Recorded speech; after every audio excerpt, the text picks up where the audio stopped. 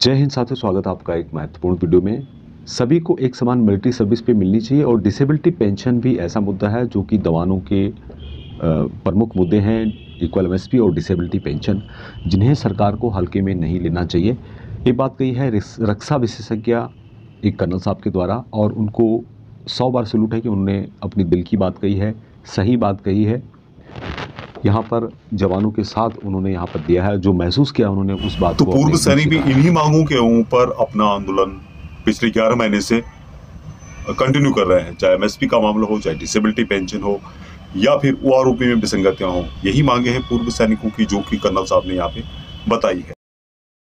यहाँ पे आप देख रहे होंगे, एक खबर है कि एक समान मिलिट्री सर्विस पे और डिसेबिलिटी पेंशन जवानों के दो ऐसे मुद्दे हैं जिन्हें हल्के में सरकार को नहीं लेना चाहिए।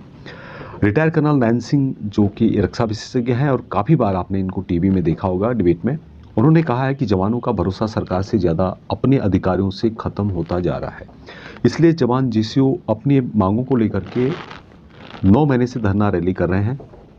इसकी मुख्य वजह है कि सेना कई मामलों में जवानों को उनका हक नहीं दे पाई है। ऐसे ही दो मामले हैं जो मैंने बड़ी बारीकी से समझे हैं। पहला है समान मिलिट्री सर्विस पे, जिसको रिस्क और सेना के स्पेशल कंपनसेशन के तौर पर दिया जाता है। इसमें सबसे ज़्यादा रिस्क सैनिकों को होने के बावजूद उन्हें एमएसपी सबसे कम दी जा रही है। एमएनएस की एमएसपी 10,800 रुपये है, वहीं जवानों और जेसीओस की जो है एमएसपी 5,200 रुपये है। एक समान एमएसपी की मांग सैनिकों की इसलिए जायज़ है क्योंकि किसी सैनिक को कोई मेडल मिलता है तो उसमें जो राशि दी जाती है वो राशि बराबर मिलती है, उसमें रैंक नहीं देखा जाता है। वहीं दूसरा है एफएमए, यानी कि फिक्स मेडिकल अलाउंस, ये भी सबका बराबर है, ये भी बराबर दिया जाता है।